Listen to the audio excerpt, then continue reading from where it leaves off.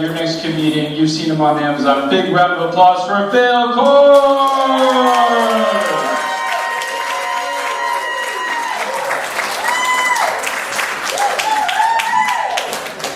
What's up, everybody? My name is Phil Korz. I like the beer, but I taste better. That's for you, Arnie boy. You know what I'm saying? It's funny, if you Google my name is spelled differently, K-O-R-Z. If you Google my name, Google tells you like the top 3 searches, or the top searches, what people say.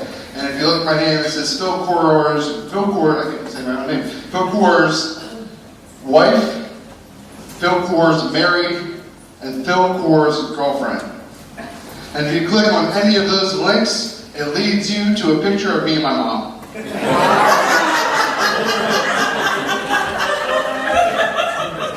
I mean, my mom's a beautiful woman, but I don't know why Google is trying to make me look like I'm from West Virginia, you know what I'm saying? Is anyone from West Virginia? Thank God, we can make fun of them. Okay, so I'm from the suburbs of Philadelphia, a place called Delaware.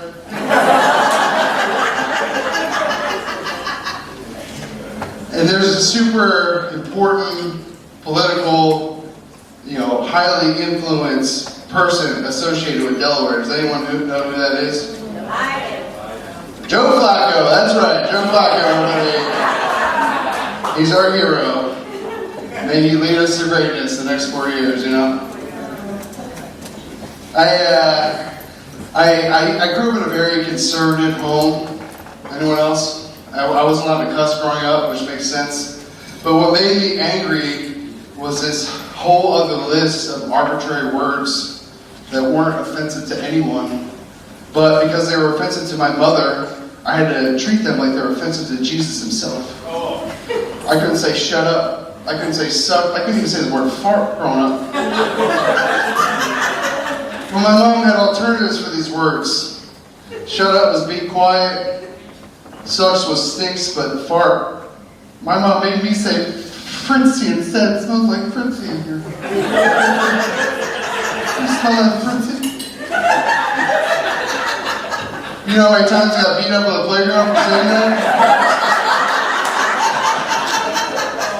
And you would think the Fritzy reign of terror would end when I turned 18. It doesn't.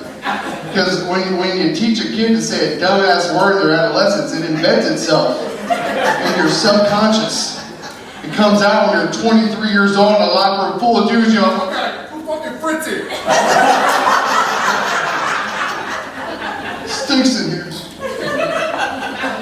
I am really excited though. I just got my first Hollywood breakout role. It's on Amazon Prime right now.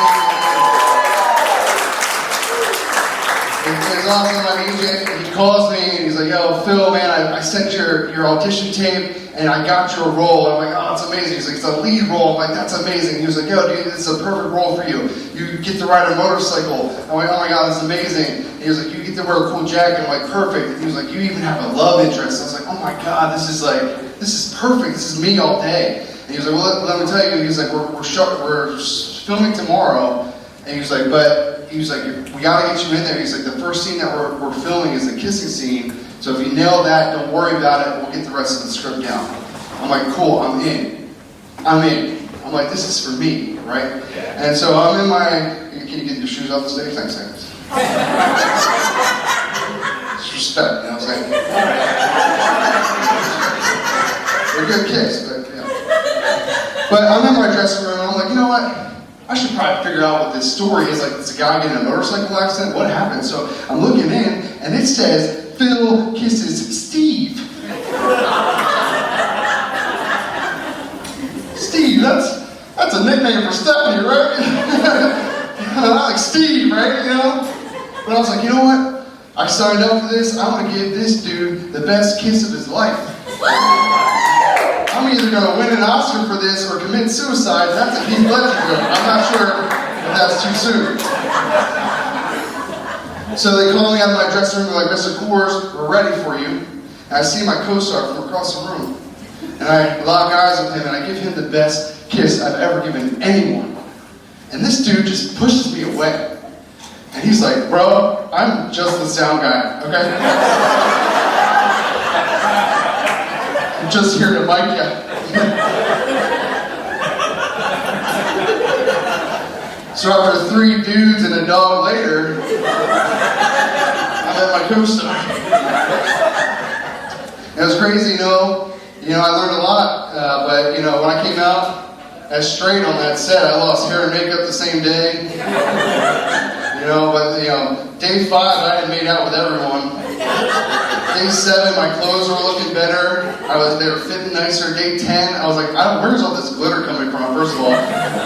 Day 15, I'm wearing a mesh cut off with like zebra. Yeah, it was great, man. I was like, man, I didn't even go back. Day 20, I was like, man, I'm really good at Wizard of Oz trivia right now, Now, I was driving down the interstate with my mom, and there was a car in front of us with a bumper sticker that read, I heart Great Roadhead. My mom is staring at that bumper sticker. And she finally leans in, she's like, Phil, what's Roadhead? What is it? I was going to ask you, but it looks like that's your parents, so... Maybe I should. What would you tell your parents, your mother, your sweet mother, if she asked you what's Roadhead? Something. Yeah. Well, Gotham Comedy Club, I'm a good Christian boy, and I told my mom the truth. I said, Roadhead is when you're driving and you have a really great idea.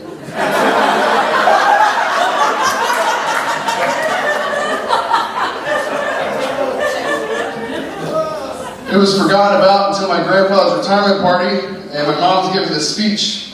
And she ended her speech with, my father's company wouldn't be where it is today without my father's hard work ethic and probably not a roadhead. That was hilarious to me because that woman made me say Fritzy my whole life. I feel Korz, everyone. Thank you so much. Yeah, everybody. You got great energy. I want you to keep that energy up for your next Christina.